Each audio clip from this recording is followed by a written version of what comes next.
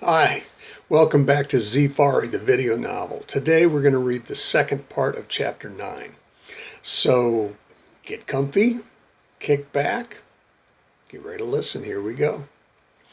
At 9 o'clock on the dot, a big black Escalade limo, followed by an equally black Hummer, rolled up to the wall and parked at the bottom of the staircase. The limousine's driver hopped out.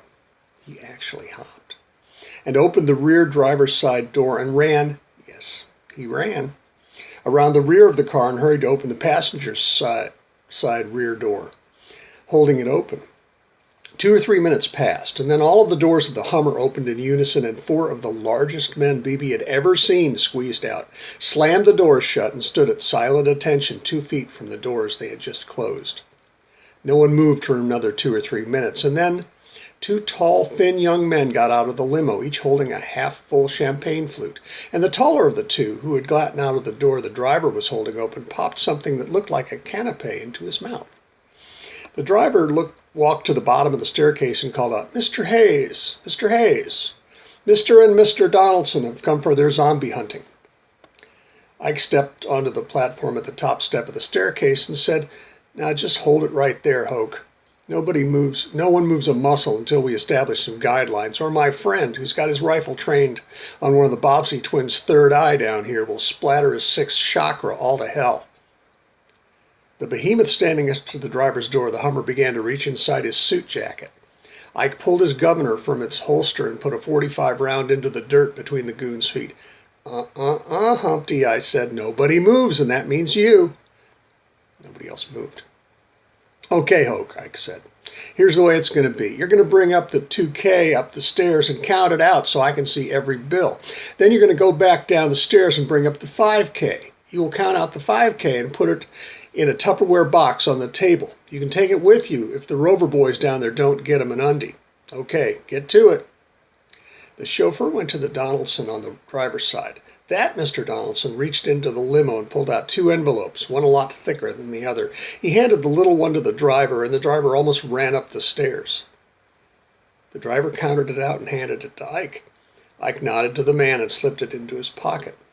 The driver hurried down the stairs again and quickly returned with the thicker envelope. That money was counted out and placed in a little plastic tub. Ike snapped on the cover and nodded to the driver to leave. Ike stepped back to the top of the stairs. "Okay, boys, it's almost hunting season.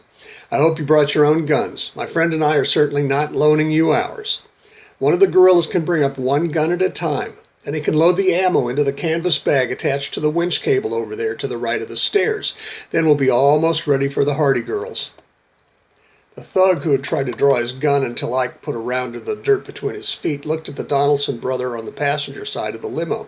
He nodded, and the gunman walked to the rear of the Hummer and opened the cargo space. He lifted out 3 gun cases, big ones, and 3 boxes of bullets in different gauges. He looked to the Donaldson brothers for guidance. The brother on the driver's side said, "I'd like the sharps, please," and his brother on the passenger side said, "The CZ for me, please, Carl."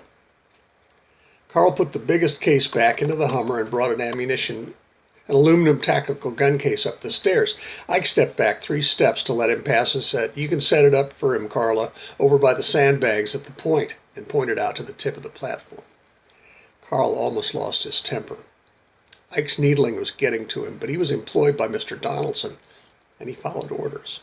He carried the case to the sandbags, unpacked the rifle, a .50-90 caliber Sharps rifle with a 34-inch octagon barrel and a stunningly burled walnut stock, and then closed up the case and put it out of the way.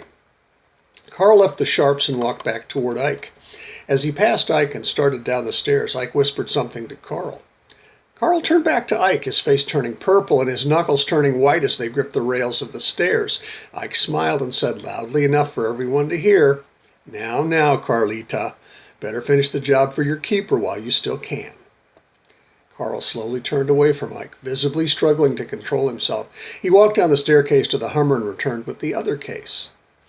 Dark gray ABS with chrome hinges and latches. He brought it up the stairs and moved quickly past Ike, who stayed quiet this time, and went to the point of the platform. He opened the case and took out a remarkable weapon, a CZ-550 with a Leopold VX2 scope. Ike asked Carl, "What's it shoot, Carly?" And Carl replied in a low and angry voice, Super Magnum 585 Geringers for elephants and assholes like you.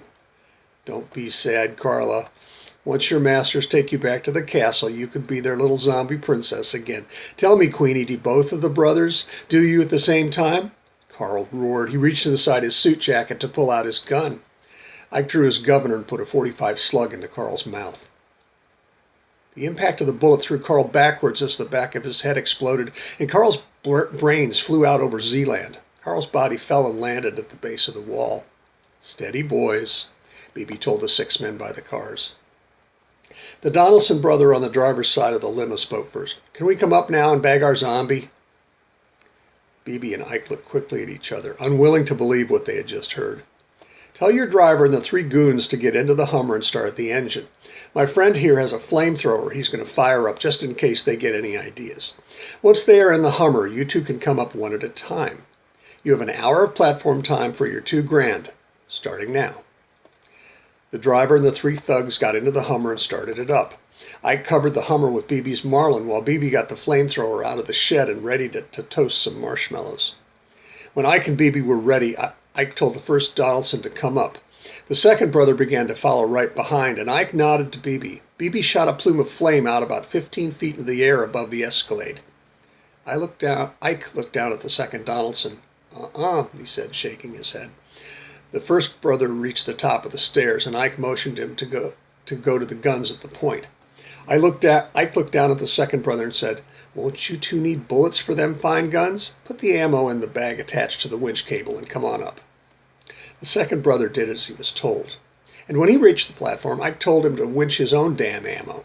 The brother did and took the 3 boxes to his brother at the point. Ike decided that introductions were in order. I'm Ike, he said. And pointing to Beebe, said, That's Beebe. We'll be your guides for this excursion. The Donaldson brothers were rich, but they weren't too bright or used to saying anything to people other than ordering them to do something. And you are? Ike prompted. Oh, yes, the taller, greasy-looking blond brother said. I'm Rick Donaldson. Silence. And? Ike prompted again. Oh, the shorter, greasier, dark-haired brother said. I'm Junior. Of course you are, Ike said, half to himself. If I can trust you boys, Ike said to them, I'll be happy to see what I can find with the binoculars. Beebe has to keep an eye on your minions, but if you promise not to shoot me, I'll try to find you some undies to shoot. I should tell you that if you do shoot me, my buddy Beebe will hose you down with a flamethrower until you are just 2 heaps of ash. What do you say? Rick said, Okay, but what am I going to do about... What was his name, Junior? Junior said, How the hell should I know, Rick? Rick continued, Well, whoever he was, what do I do? Ike made a suggestion. Well, since he's on the inside of the wall and he was shot through the head, I could just report him to patrol as a zombie we hit. You were never here, were you? No, Rick admitted. So all you really have to do is replace Carlo with another one of your zombies, Ike explained. What do you mean, my zombies? Rick asked. Zombies are mindless, soulless creatures that do the bidding of their master, and that seems to me to be a pretty accurate description of these goons who work for you. Talking to these 2 was what it must be like teaching calculus to 6th graders, Ike thought. Okay, Rick said. Do you know how to load those rifles? Ike asked. Oh, yeah, we're experienced hunters. We've got tons of trophies on the walls of our house. We've gone on hunts in Canada for antelope and black bear, in Africa for warthog, impala, and giraffe. In China and Mongolia, we got gazelle, ibex, and a bunch of sheep. Julia interrupted. It was fun, and the guides packed them out after we got to cut off their tails. Junior giggled a little.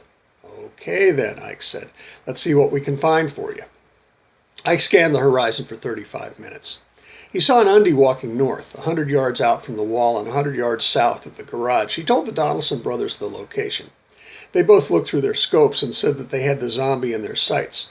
Junior fired first and said, Shit, in a disgusted voice a second later. 30 seconds after that, Rick fired and swore more colorfully than his brother and said, That damn zombie ducked and ran for cover.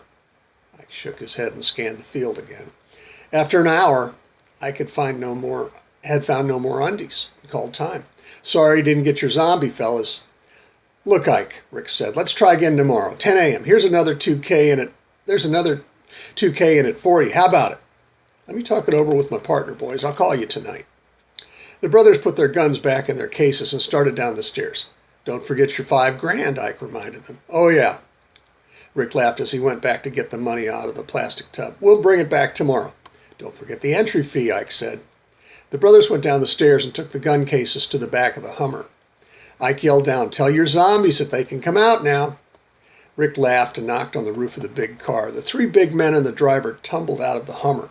Rick told them what to do and walked back to the Escalade with his brother. They got in, the goons loaded the Hummer, and the driver got into the Escalade. The bruisers got into the Hummer, and then the two cars roared off in a cloud of dust. BB powered down the flamethrower and put it away in the shed and walked over to the point of the platform.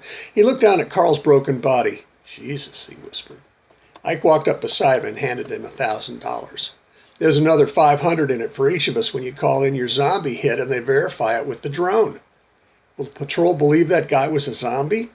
"Why not? He's outside the wall. He's been shot through the head.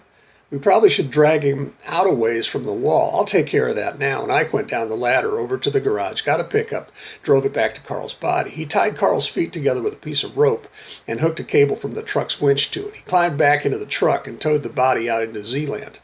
That was the last of Carl that BB ever saw. 15 minutes later, Ike climbed back up the ladder and secured the hatch at the top.